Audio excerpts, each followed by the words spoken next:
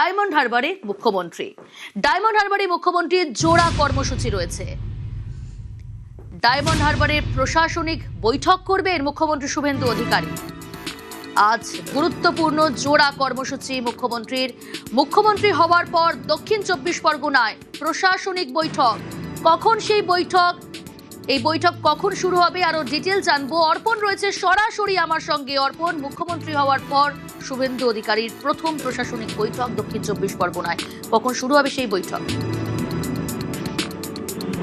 একদমই দেখো, অতি তাৎপর্যপূর্ণ এই বৈঠক, প্রশাসনিক বৈঠক করবেন তিনি ডায়মন্ড হারবারের যে সরকারি লজ রয়েছে সেখানে, এবং তারপরে সেখান থেকে জোড়া কর্মসূচি তিনি রেখেছেন। সেখান থেকে ফলতায়, তুমি জানবে 21 তারিখে যে পুনর্নির্বাচন রয়েছে সেই ফলতায় তিনি একটি জনসভা করবেন। এবং এই প্রশাসনিক বৈঠক কিন্তু অত্যন্ত গুরুত্বপূর্ণ। দেখা গিয়েছে রাজ্যে বিভিন্ন প্রান্তে ভোট পরবর্তী হিংসা, বিশেষ করে 2021-এর পরে যারা অভিযুক্ত ছিল যেভাবে গ্রেপ্তার হচ্ছে, দক্ষিণ 24 পরগনা ভোট পরবর্তী হিংসা কিন্তু শীর্ষে বলা যেতে পারে। কারণ এই যে বিধানসভায় আমরা দাঁড়িয়ে রয়েছি, এই ফলতাতে মানুষের অভিযোগ তারা ভোট গ্রহণ কেন্দ্র পর্যন্ত যেতে পারেনি। বিগত 3টি যে ইলেকশন, বিধানসভা, পঞ্চায়েত ভোট এবং তারপরে লোকসভায়, তাদের যেটা অভিযোগ করা হচ্ছে যে একাধিক যারা বিজেপি কর্মী সমর্থক তারা বাড়িতে থাকতে পারেননি। এই নিয়ে একাধিক অভিযোগ হয়েছে, কিন্তু কোনোটা সুরাহা হয়নি।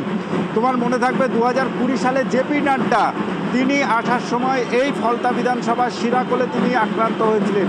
সেই ঘটনায় কিন্তু মাত্র 3 জনকে গ্রেপ্তার করা হয়েছিল। তারপরে কিন্তু এত যে সংখ্যক তার উপরে মানুষজন আক্রমণ করেছিল, সেই ঘটনায়ও কিন্তু কেউ গ্রেপ্তার হয়নি। সেই ফাইলও আজকে কিন্তু প্রশাসনিক বৈঠকে মুখ্যমন্ত্রী শুভেন্দু অধিকারী তিনি খুলতে পারেন। তুমি জানবে একেবারে একদিকে প্রশাসনিক বৈঠক, ঠিক পাশাপাশি রাজনৈতিক কর্মসূচি রয়েছে শুভেন্দু অধিকারীর।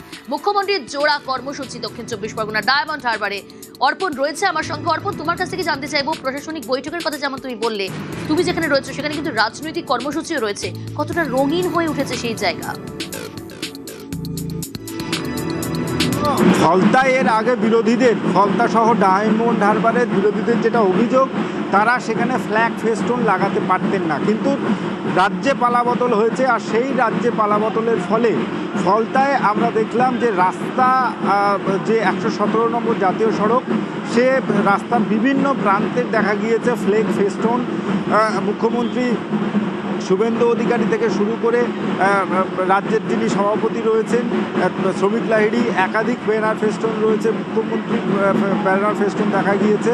এবং রাস্তার এই 117 নম্বর জাতীয় সড়কের উপরে যদি সম্ভব হয় একটু ছবিটা দেখাতে পারো যে এই মুহূর্তে সেখানকার কি সিচুয়েশন।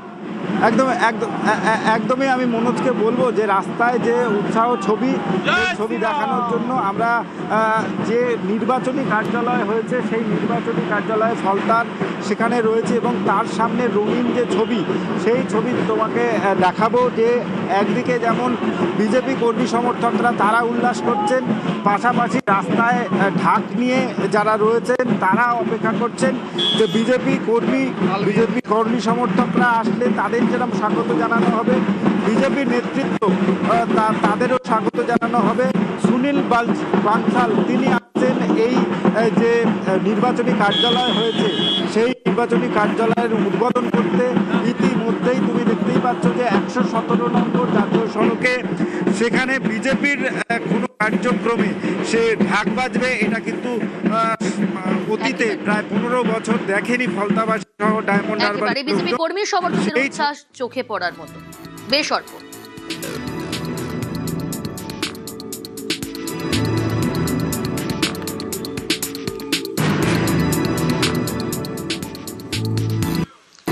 এদিকে আজ নন্দীগ্রামে মুখ্যমন্ত্রী ডায়মন্ড হারবারে কর্মসূচি সেরে নন্দীগ্রামে রিয়াপাড়ায় কর্মীদের সঙ্গে বৈঠক শুভেন্দু অধিকারী। গতকালই নন্দীগ্রামের বিধায়ক পদ থেকে ইস্তফা দেওয়ার পরই আজ নন্দীগ্রামের শুভেন্দু অধিকারী আসন ছাড়লেও নন্দীগ্রামের পাশে থাকার আশ্বাস আগেই দিয়েছেন মুখ্যমন্ত্রী শুভেন্দু অধিকারী। আজ নন্দীগ্রামে যাবেন শুভেন্দু অধিকারী।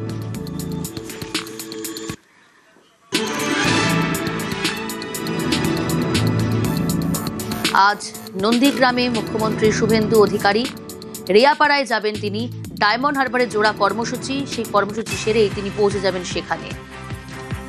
গতকালই তিনি ইস্তফা দিয়েছেন নন্দীগ্রাম থেকে, কিন্তু নন্দীগ্রামের পাশে থাকার আশ্বাস দিয়েছেন।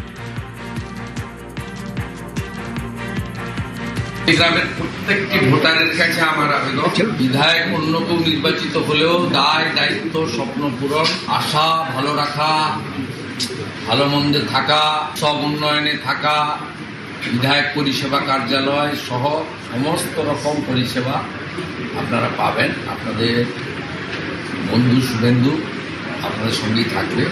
7ই জানুয়ারি ভাঙাবেড়ায় যেমন প্রত্যেক বছর ঘুরে দেখা হবে। 14ই মার্চ অধিকারী পল্লী গোকুলনগর সোনাচূড়ার শহীদ মিনারে যেমন দেখা হবে। 10ই নভেম্বর রক্তাক্ত সূর্যোদয়ের বর্ষপূর্তিতে করপল্লী গোকুলনগরে যেমন প্রত্যেক বছর দেখা হয়।